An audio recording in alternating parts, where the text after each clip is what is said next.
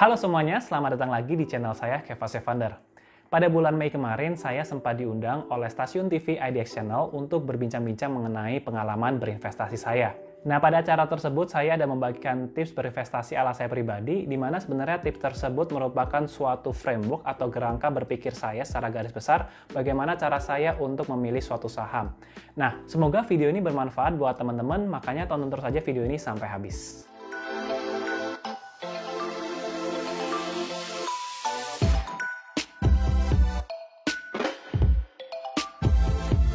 Oke, nah ini sebagai investor pemula melihat pergerakan indeks harga saham gabungan yang juga mungkin masih cukup awam. Tapi jika kita lebih sederhanakan lagi dalam ISG kan banyak sektor-sektor nih Mas Kevas. Tadi seperti saya sudah sebutkan dari pertambangan, keuangan, perdagangan, bahkan cukup lengkap gitu ya, barang konsumsi juga ada.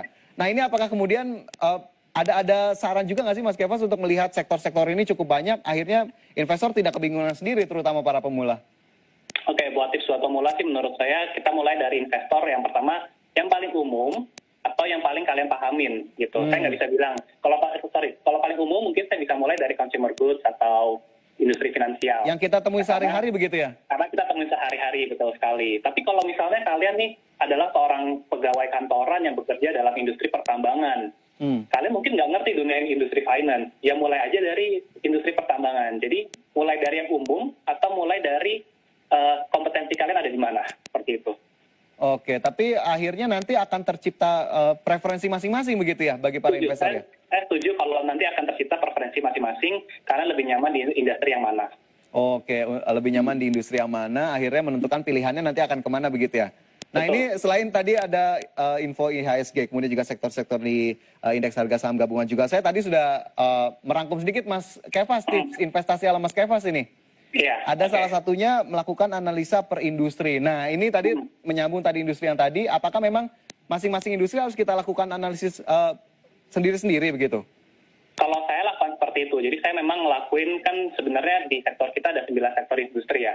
Tapi di dalam sektor industri itu kan sebenarnya ada subsektornya lagi. Sektor lagi ya?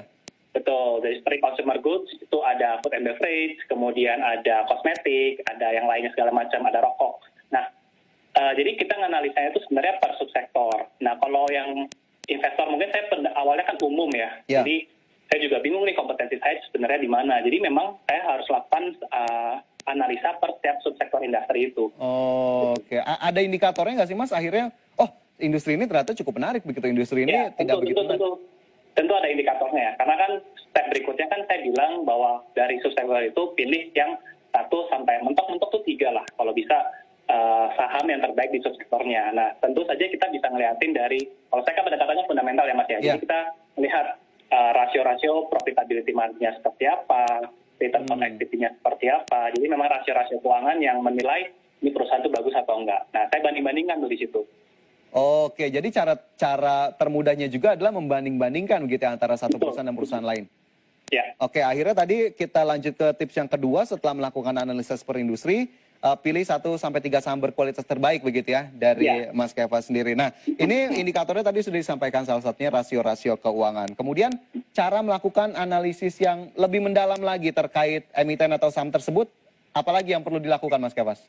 Oke, jadi kan kita tadi udah dapat nih 1 sampai 3 di satu sektor. Nah, ini baru yang kelihatannya bagus. Ya, ini kita masukin ke watchlist dulu lah ibaratnya. Karena kan di saham kita ada 600, kita nggak mungkin langsung ngecekin 600-600-nya kan capek. Jadi makanya kita filter di awal, begitu kita dapat 1 sampai 3 ini yang kelihatannya menarik, kita lebih dalam. Apa yang dilihat lebih dalam? Ya lihat track record-nya seperti apa. Apakah revenue net profit-nya bertumbuh? Karena kan kita mengharapkan ya bahwa perusahaan itu selalu berkembang, selalu bertumbuh terus.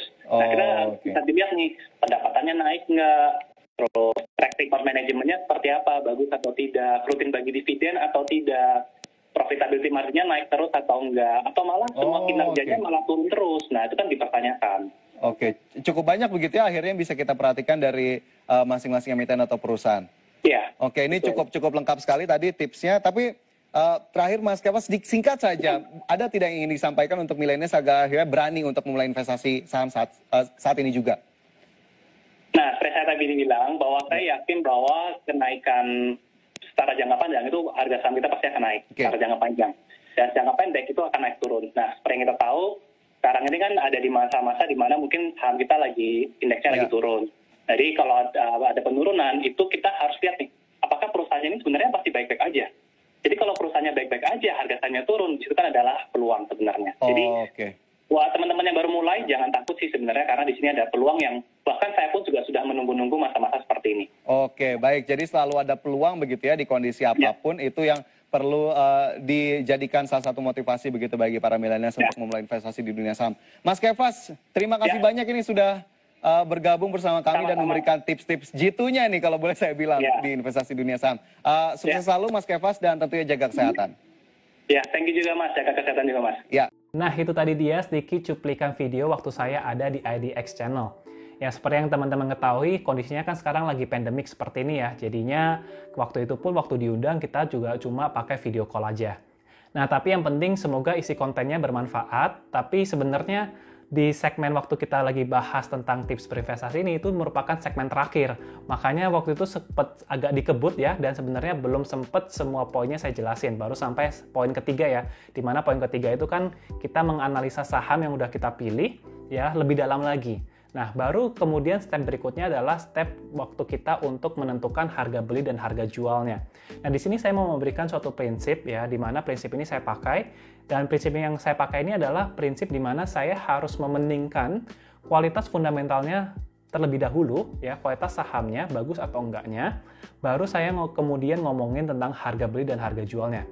Nah, jangan kebalik ya teman-teman ya, karena kalau kebalik itu maka kita akan sering banget terjebak pada saham-saham yang ya memang murah sih. Ya kita ngomongin harga dulu nih, kita cari saham-saham yang murah, harga PI, PBV-nya rendah, tapi sebenarnya perusahaannya jelek. Nah makanya kerangka berpikir yang saya gunakan adalah saya pilih dulu saham yang bagus, baru saya ngomongin harganya. Nah, untuk menentukan harga beli dan harga jual ya saya balikkan lagi tergantung ke preferensi kalian masing-masing. Ada yang menggunakan metode valuasi A, metode valuasi B, ya terserah sih. Yang penting prinsipnya adalah pilih sahamnya dulu, baru kemudian ngomongin harga. Nah berikutnya kalau kita udah bisa pilih saham, kemudian bisa tentuin harga beli, harga jual, baru terakhir tuh kita ngomongin bagaimana kita mengatur portfolio kita. Karena skill untuk mengatur portfolio ini menurut saya jauh lebih susah dibandingin milih saham apa, belinya di berapa, jualnya di berapa. Tapi bagaimana mengatur nih?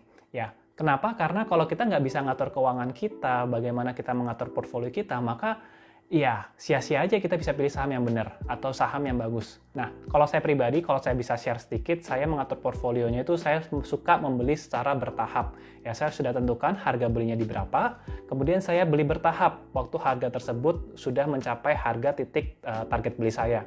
Nah, di situ saya cicil beli selama saya yakin perusahaannya bagus, harganya murah, maka pun saya akan membeli. Nah, ketika harga saham yang sudah saya incar sudah melewati harga batas beli saya, ya saya nggak mau beli lagi. Nah, itu adalah cara saya mengatur portfolio saya kurang lebih. Nah, untuk teman-teman yang mau mempelajari framework yang saya gunakan ini lebih dalam lagi, karena sebenarnya setiap poin-poin tadi, setiap step by step tadi, saya akan jelaskan lebih detail lagi ya, bagaimana tadi cara milih subsektornya, bagaimana cara rasio-rasio keuangan kita gunakan untuk memilih saham yang terbaik, bagaimana cara saya untuk menentukan harga beli, harga jual. Nah, semuanya itu saya berikan di Stock Investing Mastery, sebuah online class yang saya bikin. Untuk informasinya, kalian bisa kunjungi www.investwithkefas.com. So, thank you banget buat teman-teman semua yang sudah menonton, buat teman-teman yang sudah like, share, komen, subscribe, semuanya saya mengucapkan banyak terima kasih. Sampai di sini dulu aja videonya, dan sampai jumpa di video-video yang berikutnya.